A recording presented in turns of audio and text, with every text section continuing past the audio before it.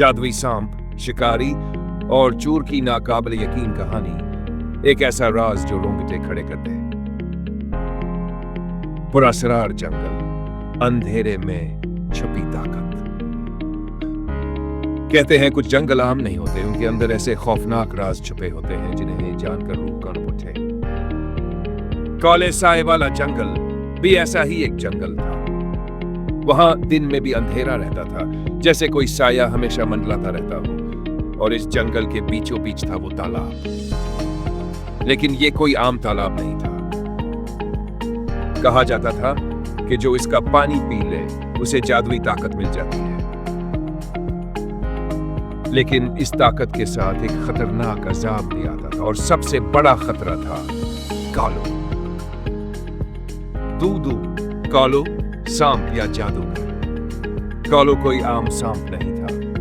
वो जब चाहता एक खौफनाक सया नाग बन जाता, और जब चाहता एक पुरस्कार मगर हुसैन इंसान। जमद जैसी चमकती आंखें जिनमें एक खौफनाक राज छुपा था। लेकिन वो नेक दिल था। वो हमेशा जंगल की हिफाजत करता था और बेगुनाहों को नुकसान नहीं पहुंचाता था। मगर कुछ लोग नेक नहीं होते। कुछ लोग ताकत के भूखे होते हैं, कुछ लालची होते हैं, कुछ चोर होते हैं। और ऐसा ही एक चोर इस जंगल में दाखिल होने वाला था। खतरनाक चोर जिसे सिर्फ दौलत नहीं, ताकत भी चाहिए थी। रात के अंधेरे में एक साया चपके चपके जंगल में घस आया, चमचमाता हुआ खंजर हाथ में, आंखों में मकारी और दिल में लालच। इसका नाम था बहरूपिया। लेकिन वो आम चोर नहीं था। वो जादुई चीजें चराकर इन्हें बेशकीमत दामों बेचता था। और आज उसकी नजर पड़ी थी कालो के तालाब पर। अगर मैं इस तालाब का पानी चराकर बेच दूं तो मैं दुनिया का अमीर तरीन आदमी बन जाऊंगा।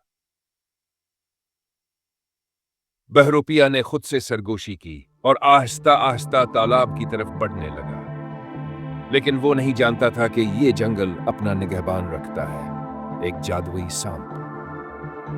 जय, चोर, रानी और शिकारी जब सब ताकत के पीछे थे, दूसरी तरफ रानी जंगल में भटक रही थी। उसका सांस फूला हुआ था, दिल तेजी से धड़क रहा था। ये मैं कहां आ गई हूं? अगर कोई दरिंदा आ गया तो। तभी हसिस,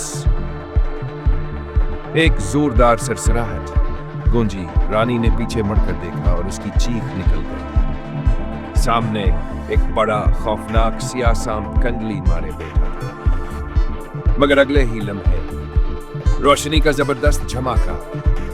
रानी ने अपनी आंखें बंद कर ली और जब दोबारा खोले तो सामने एक खूबसूरत नौजवान खड़ा था।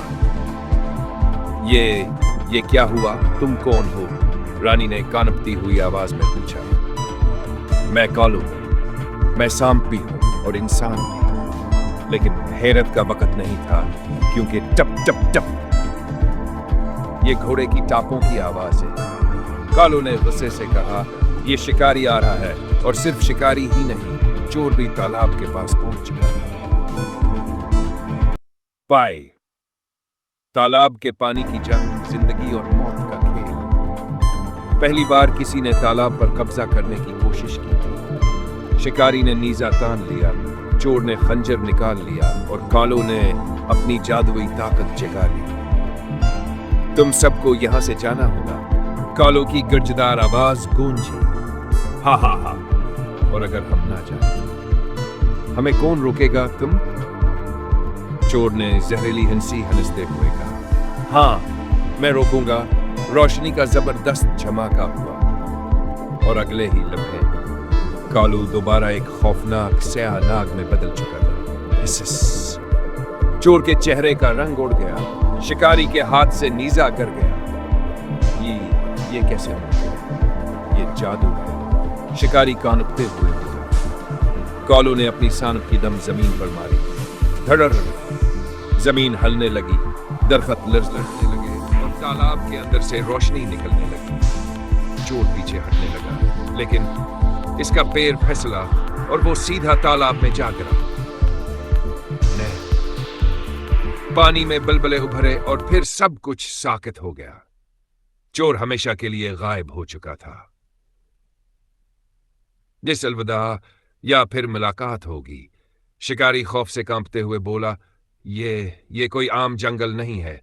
मैं यहां एक लम्हा भी नहीं रख सकता। और वो फौरन भाग निकला।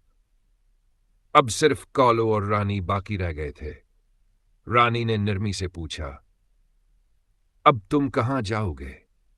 कालू ने मुस्कुरा कर कहा, जहां था वहीं जाऊंगा, जंगल में तालाब के पास। रानी ने जल्दी से कहा, लेकिन मैं तुम्हें फिर से देखना चाहती हूं। क्या हम हमेशा दोस्त रहेंगे?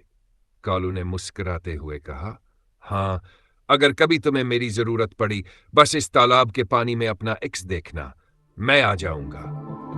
फिर एक आखिरी झमाका हुआ, हस्स, और कालू दोबारा सांप बन चुका था और जंगल के अंधेरे में गायब हो गया। सब ताकत के पीछे भागने वाला अक्सर खुद खत्म हो जाता है। दोस्ती वो रिश्ता है जो जादुई भी हो सकता है। कभी कभी कहानियां हकीकत से ज्यादा सच लगती हैं। ये कहानी सस्पेंस, एक्शन और जज्बात से भरी